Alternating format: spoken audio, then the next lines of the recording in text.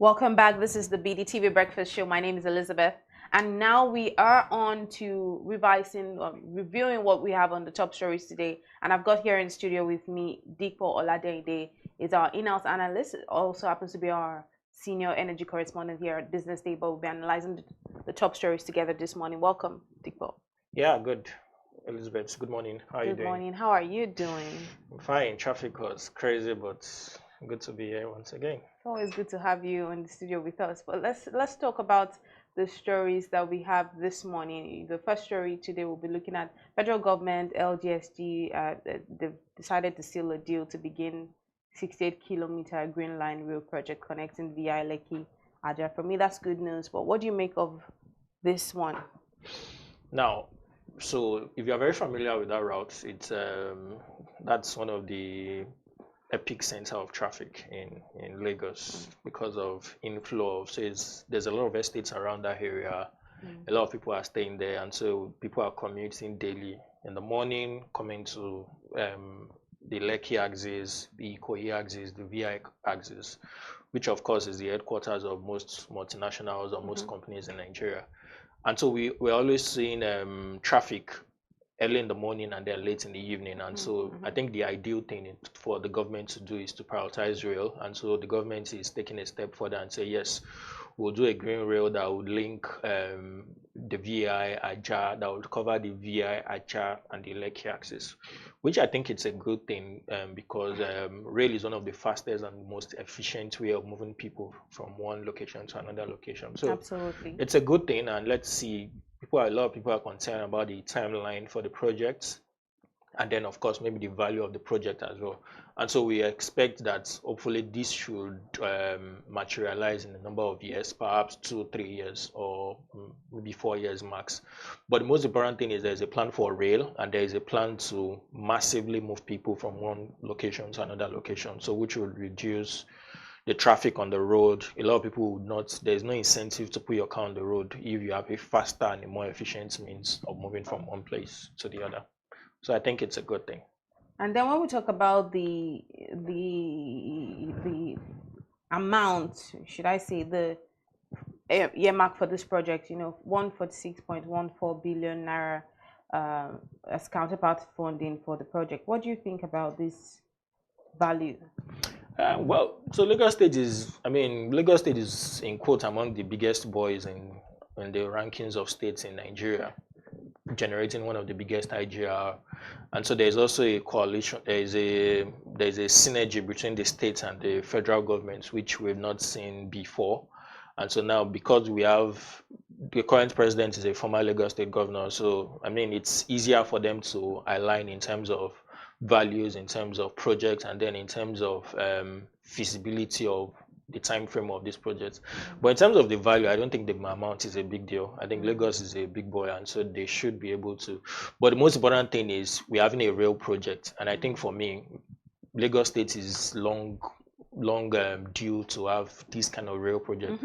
So let's not forget there's a blue railway line going on already. I think there is a red one as well, and so having the green one as well is a good thing. So we need to have a more efficient way of moving people. Everybody cannot put their cars on the road at the same time. It's actually long overdue, when we think about all of the cars, especially on this Lekki access. It's just one road again. So having a rail would definitely be a very good addition to the means of transportation that people are employing, because then we also are like in a should I say an era where it's like, because of what public transportation is like, especially in Lagos State, even if, as when you think about all the cars on the road, that if all of these people were perhaps entering buses or all of that, it will reduce the cars on the road and also take away the traffic situation. But because of the public transportation system in Nigeria, of course, that's what makes people, you would rather drive your car in your comfort, use your air conditioning and all of that, and then we have all of these people on the road. But I do hope that when we have the blue rail, how we had the BRT project, and then people were using, and then BRT, before we knew it, it became like the public transportation system. You know, when I mean the public transportation should not be bad, but here in Lagos, especially in Nigeria, especially Lagos, it's rowdy, it's, you know, disorganized, and the BRT became sort of that. You know, these days you see BRT these days like motorways, like I see them sometimes and I'm shocked. So I do hope that they have good plans in place to actually keep this blue rail. It says no, this is not the blue rail. This is the green rail. I hope that they have everything in place to, you know, I mean, we've not even built it yet, so what am I saying? But I think I'm just thinking about the end result. You know, people being able to not being able to use it. All of the people that would rather drive their cars on the road, if they can take all of this, if the blue rail is a good project. I keep saying blue because I'm used to the blue rail. If the green rail is a good project, definitely these people will commute with the green rail. But if it's not, it's just going to be another wasted project, and that's what I'm worried about. So let's look at it this way. If you look at that entire Ajah axis, let's not forget a lot of real estate development have I'm almost coming up on a daily basis in that axis. Certainly, and it goes down to Ibeju. Down to Ibeju. Now, the original plan was not, if you look at that road itself, you have just one single road in and out. Anytime a trailer breaks down on that road, forget it's chaos. It's traffic and acrimony. As in you would spend 2-3 hours on that road. Either Saturday evening, Friday evenings, it's always chaotic. So the alternative is not something that would be, we have an alternative that rail is faster, is efficient. Now, our biggest challenge is what you mentioned, maintenance. So how do we maintain these public services to make sure that, because if you look at it, people would easily they'll easily buy the alternative idea. So let me give an instance. So when petrol was 195, everybody were putting their cars on the road. You would see a family of 3. The husband is driving the car on the road. The wife is driving the car. There's another car taking the kids to school. And all of these cars are on the road. Now, when petrol prices jumped from 195 to 500 or 600, everybody started economizing.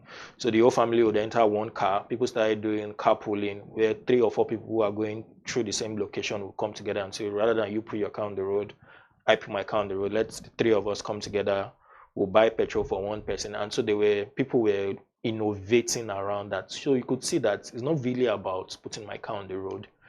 People just want to commute to work. Even if we are 4 in a car, 5 in a car, or people want to commute to work, and I don't want to go to a public transport dressed in a 3-piece suit, and by the time I'm leaving, my tie is off my neck, my shoelace is removed everywhere. You know, you want to, especially for the ladies, so you want to go into a public bus or into a public transportation well dressed and still be able to maintain your composure when living. So we need to pay attention. Yeah, exactly. Maintain your steez.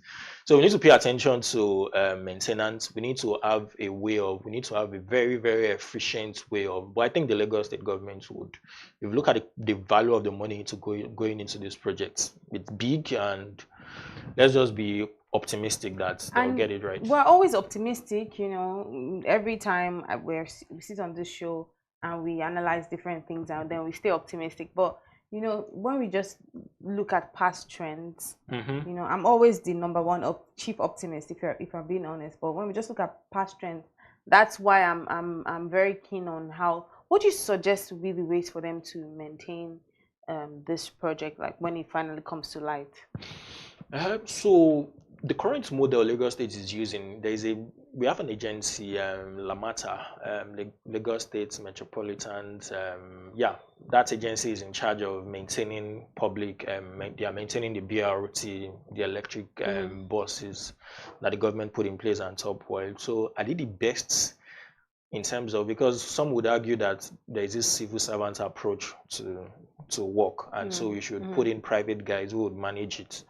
And then they will just be accountable to the government, and the government will just be making sure that they are doing the right thing. So the best approach would always be put square pegs in square holes. Let's not politicize managing government infrastructure. Let's not use it as money for boys, them. Let's make sure that the right people the competent people are put in place. And so once that is prioritized, I think we would see the biggest challenge is we mostly politicize most things. So the government is about to do a project, fantastic project, rather than putting the right people, it's seen as an avenue to share money for the boys or share posts for the boys, and it becomes a mess. I mean, that amount is a lot. It's a lot, and if we're going to truly execute that project, making use of those funds, we'll be getting a very excellent project.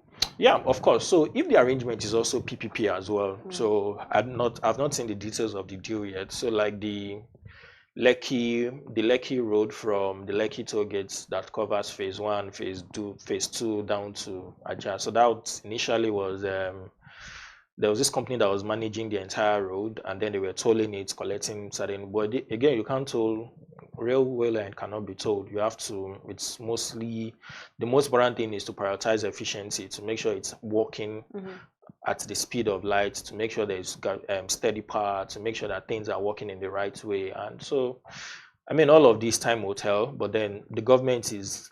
I think the most important thing is we're having conversations about alternative means of commuting people from one place to the another place, which is a good thing. This conversation is not there being 10, 15 years ago. Most states are not even having this conversation. So the fact that Lagos State is even championing this is a good thing. But then let's be optimistic that they'll put square pegs in square holes.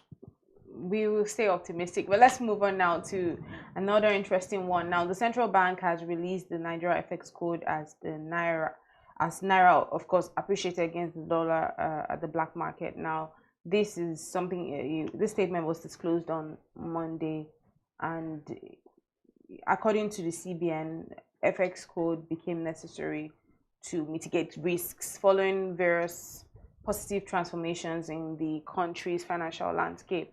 But what do you make of this development? Okay, so what the CBN is trying to do is they are trying to create structures around having a very, very efficient and transparent market, right? And which is the bedrock of having a strong currency, having a strong value for your Naira. And let's not forget where we are coming from. We're coming from in 2014, 2015 era, or 2016, we are coming from an era where people just mop up dollars in the market. Nobody knows what it's being used for. Nobody knows why they are mopping up so much dollars. Nobody knows anything. So you can just, for instance, even if there is no business reasons for me to be demanding $2 million in the market, but I'm going to the market to demand for $2 million. So, but we are moving away from that opaque system where nobody knows anything. We are moving to a more efficient and transparent market. And so what the CBN is trying to do is basically follow global standard and say, let's be efficient. If you are demanding for, let's know who is demanding for each dollar at different points in time. So if, for instance, you, Elizabeth, you are going to the market to buy $10 million, we need to know you. We need to know why you are demanding for that huge amount of FX. What kind of business do you do? Are you a manufacturer? Are you a trader? Are you into importing and exporting? So let's just have the database of the users of those who demand for foreign currency in Nigeria. And I think one of the reasons why this FX code is put in place is to make sure that we have a very efficient and a very transparent market. So when you look at this FX code, just look at transparency in the markets. And because if things are clouded in secrecy, it's difficult to track, it's difficult to know anything. And so you just keep the Naira to the dollar value, just keep moving up at different points in time. But if you have a very efficient market where everybody knows everybody, if I'm a new entrant in the market, everybody knows that, oh, this guy is a new guy. So if if a new guy, for instance, is demanding for excess of $10 million, people will raise red flag and say, oh, why is this guy demanding for this? What kind of business transaction do you do to demand for this? But if I'm a new guy and perhaps I need to pay for school fees and I'm demanding for $1,000, yeah, fair enough. Everybody can make reasons with that. So again, the most important thing is transparency. The most important thing is efficiency, and it's basically following global standard. It's not a Nigerian initiative. It's just following patterns that are being done in European countries. That's it. Fantastic one. Fantastic development. So speaking of real estate, and we talked in our first show, we talked about the Lekki, Ikoyi, Aja axis having like some of the major estates and estates arising, springing up every other day. I mean, every other day in that axis now. But now the Minister of Housing and Urban Development, Ahmed Dangiwa, has also urged foreign investors at the Saudi Real Estate Forum to seize the vast opportunities within Nigeria's housing sector, particularly through the federal government's renewed Hope Cities and Estate program. So this is also another drive, or also another push for foreign investors to invest in estate, housing and all of that in Nigeria. So again, we're going to see more estates springing up. But I mean, sorry to cut you, but my view is I mean, Lagos is choked already. A lot of people are moving into Lagos. If you pass through, if you use the Third Mainland Bridge as well, you'll notice some form of sand filling going up at different points in different areas under the Third Mainland Bridge. So when you want to maximize the potential of Nigeria's real estate value, you look at, there are some other states in Nigeria that have expansive landmarks. I mean, traveling from Lagos to Abuja, Abuja axis, all of those, you see so much areas of land that are just idling away. Nobody is farming, nobody is doing anything with them. And then we are talking about housing deficits. So the idea is this: let's make sure that we get value for let's leverage on every resources we have. If we have such amounts of lands that are wasting away, and at the same time we are talking about housing deficits, that a lot of people are struggling to get houses, then it means we are not doing enough in terms of building. I mean, under the Lateef Jakonde era, there were a lot of low-cost housing projects that were scattered across Lagos states. Completely. And then it's about replicating that in other states. Just to come in there, when you talk about those low-cost housing that Lateef Jakonde was able to introduce during this time, again, we come back to the problem of maintenance, because at least I know a few of them, like close to my area as well. There's a Jakonde housing estate. Yeah, so there's a low-cost housing there. And how is it now? Right now, it's in a sorry state. It's a sorry state. Like, people aren't living. I know it's low cost. Okay, yeah, it's low cost, but people aren't even living there. It's water. It's when it rains, it's not a good place to stay. When it rains, it's terrible. Many people are moving out. As a matter of fact, they started another construction project, which made them start demolishing some of the houses there. So can you just imagine that? So that's like the low-cost housing that was helping a lot of people, but now they are demolishing it again. They want to do some other project, and again, this issue of demolishing just out of nowhere, that especially in Lagos, Lagos, Nigeria, this demolition thing that you just come. It seems like the powers that be, or the mightier hands, just come from out of nowhere. And because I keep saying out of nowhere, I might be wrong, and they'll just come and then they starting another project or whatever, and without even information. Because I knew people that were affected in this Jakonde housing thingy. They were affected, and they for that time they were homeless.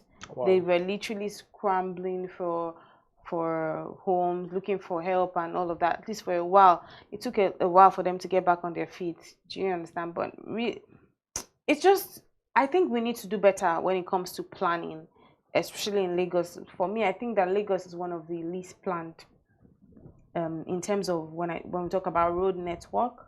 Again, this is my own opinion. When we talk about road network, when we talk about housing plan, it's nice. We have this nice estates here and there, but the drainage system is bad. The drainage situation is bad. What's the point of having a very bougie estate, everything smart estates like we have, and then outside of the estate it gets flooded? You're literally, the stench comes out and you're paying a premium. I find it ridiculous. So when I see this, when I'm seeing Dangiwa encouraging foreign investors to invest, it's nice, but also they can also focus on, just like you had mentioned, there's so much vast land in other parts. There's no Lagos. Lagos is already very crowded. There's a lot going on. Yeah.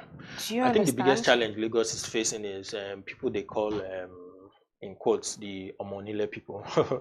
So this set of people they can sell land to 3 different people at the same time. Sell the same land to you, sell to me, sell to one other person, and it's crazy actually. At the end of the day, it's a chaos. So they can, if there's a road here, they can cut half of it and sell to people, and then.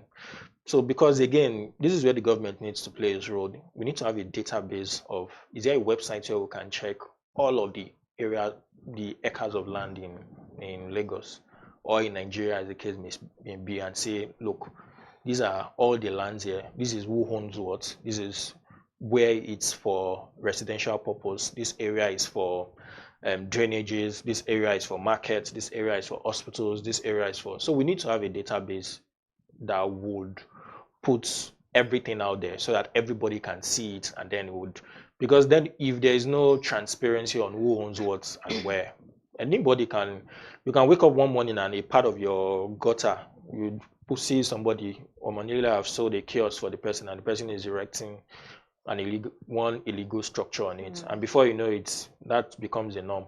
So we don't have efficient way of building. We just build anyhow. There's no structure, and so because all those anomalies have been there for a long period of time, so this is why you would see at different points in time there's demolition going on here, going on there, going on here and there. And I mean, I'm not saying that is the ideal thing to do, but what I'm just saying is all those scenarios would have been avoided in the first place if we have a database of everything in Nigeria that has to do with land. If, for instance, I can go to a website to verify a land before paying for it, then there's no point paying for it. If the government can curtail all of the activities of the middlemen are the Omonile people, the people who are working with some certain obas or kings in certain areas or region, and say, look, let's formalize these things, let's create a database, let's put everything in a computer system. And then I think we'll see a more efficient process in the real estate sector. And my own final take will be, as you're going about all of this improvement in the real estate sector, development here and there, positive or not, positive, yeah, mostly, they need to also really, really put a lot of investment in urban planning and, urban planning, yeah, because yes, we understand the country is urbanization is taking place every day, especially in Lagos. I keep saying Lagos because this place is the commercial city. A lot of things are happening. It's like the first point of call. 30 December was, it was a Lagos thing. But when people come in and the Lagos, I don't like when they come and it doesn't live up to the hype. So I think they need to also really work on urban planning. It doesn't. I'm really pissed when I see in beautiful neighborhoods with poor drainage, stench. We need to work on waste management. We need to work on urban planning. All of these things need to also be focused on while we're building all of this building every day nice houses, trying to reduce the housing problem. We need to also focus on keeping the city clean, keeping Nigeria clean. Nigeria is true. It's really polluted.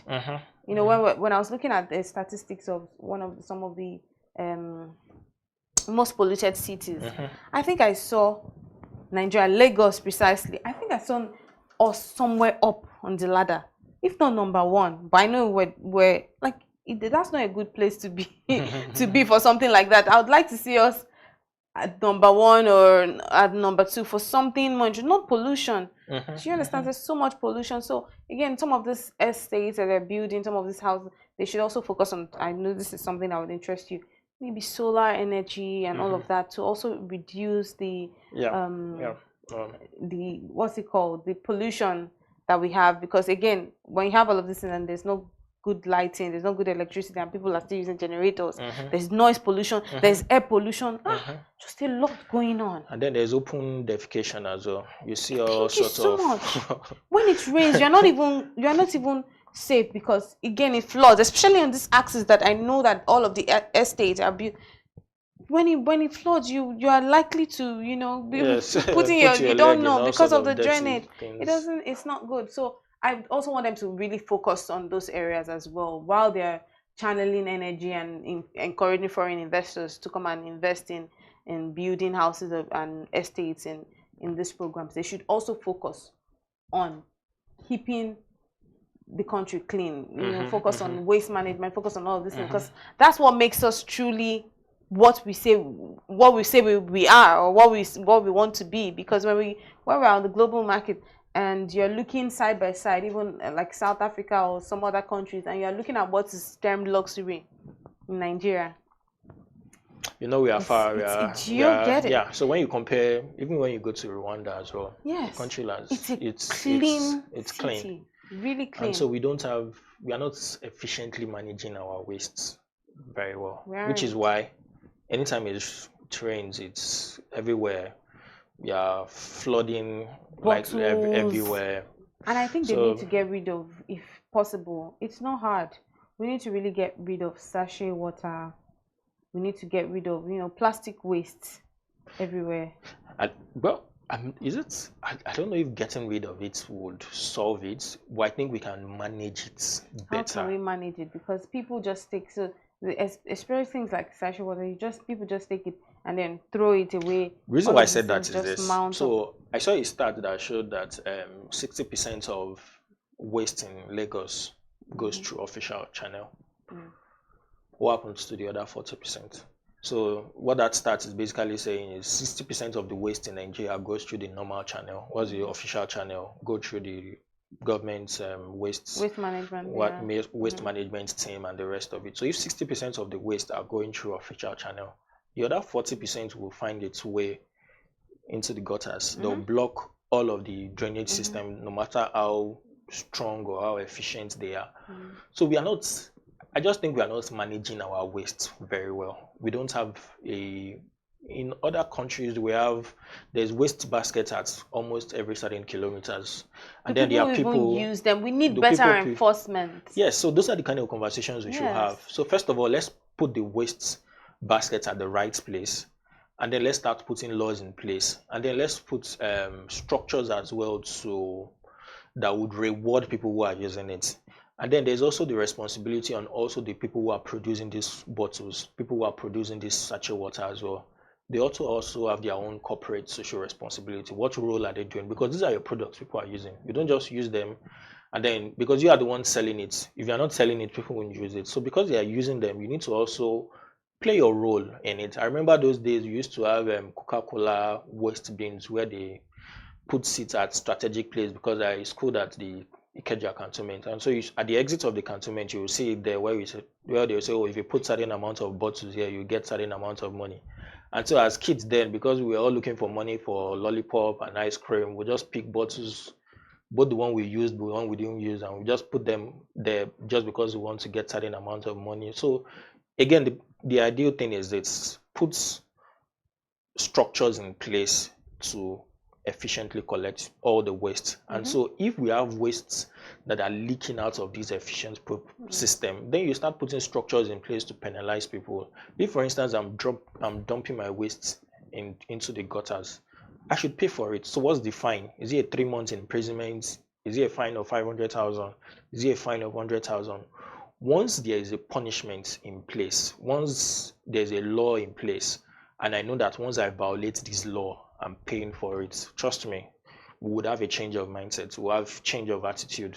I won't enter a commercial bus, buy a bottle of water, and then when I'm done, I won't fling it. It's crazy because I'll even see commercial buses where some of those commercial buses, they even have a basket inside it. And even the drivers themselves it's probably by their side. It's funny to me. I find it really funny that it's probably by their side and they'll take something and then they'll throw it out. I'm like, so what's the basket for?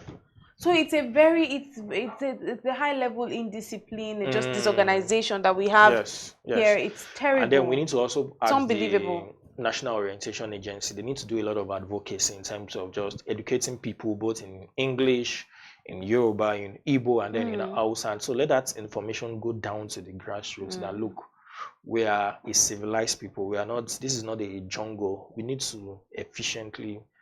I'm always shocked when I see colleagues sometimes. So it's not even an education problem, because sometimes you find people in 3-piece suits drink a bottle of water and just throw and just fling it anywhere.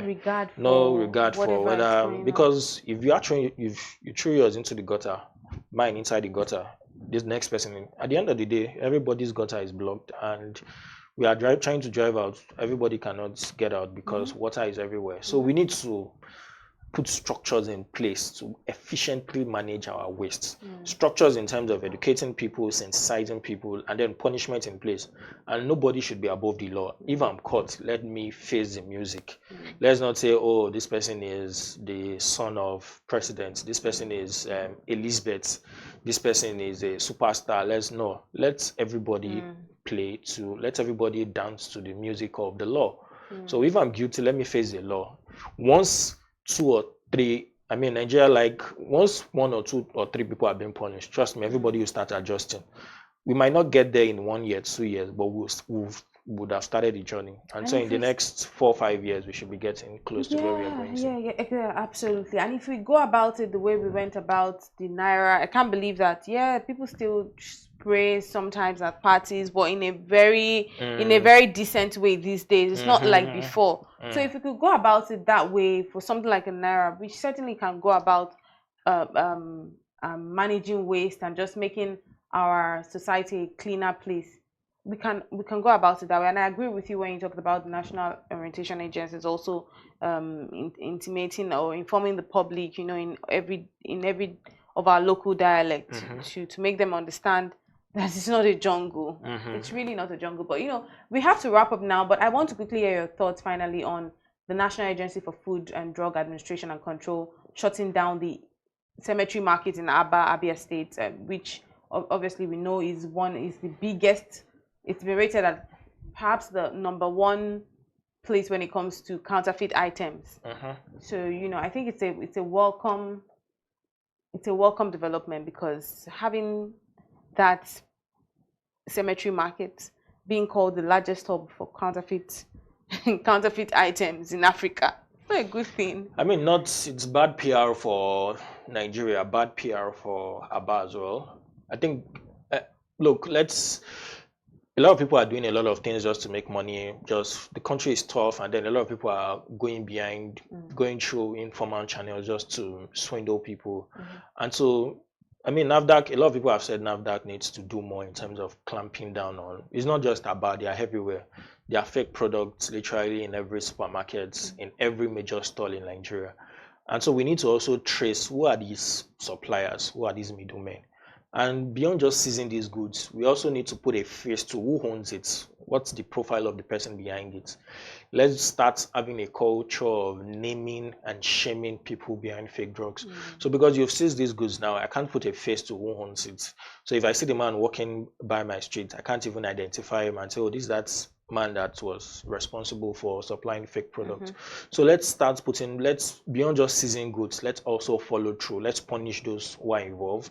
Let's put them in prison, or let's allow them face the law, not necessarily put them in prison. So let them face the law. What does the law say regarding doing fake products in Nigeria? Because the implication of this fake product is immense. People have talked about rising cases of diseases in Nigeria, diseases such as cancer, diseases such as heart disease, and the front role in all of this is usage of counterfeit products, usage of products that are not certified by NAFDAC or that have not gone through normal process. And Elizabeth, you can't imagine the conditions in which these fake products are being made. I saw a fake where they were producing some carbonated drinks the other day. I mean, the condition was it was crazy. You can't imagine just that area alone. You could literally throw. They're making fake wines, fake and everything. So it's crazy. So the government needs to. I think NAFDAC needs to do more in terms of yes, seizing day is a first step, but then do we have structures in place to make sure that these guys are not back into the market? Which is why I'm of the opinion we need to name them, and then of course you need to shame them as well. And to be honest, I think we have to give some commendation or lots of commendation to the NAFDAC the Director General Mojisola Ade. I think she's doing a fantastic job so far. I agree. I think that she even needs more PR on the work that she's been doing, because You know, he took one of our events last year where we had the NAFDAC event here at Business Day, and just talking about all of the work they've been doing, and we were wondering, because for the longest time everyone talks about Madame Dora Akinyuli and all of the work she did, but truthfully speaking, the current NAFDAC DG, Mojisola Adeye, is also doing a very impressive job, and I do hope that she has the power to do even much more, and so that we can curb this fake drug menace, fake item menace, and just make our country a better place for everyone to stay. But thank you so much, Dikpo, for your time with us on the Top Story Analysis today. Thank you so much. Thanks for having me, and good to be here once again. And that's how we bring it to a wrap here on the Top Story Analysis on the BDTV Breakfast Show. My name is Elizabeth Musa. Stay with us.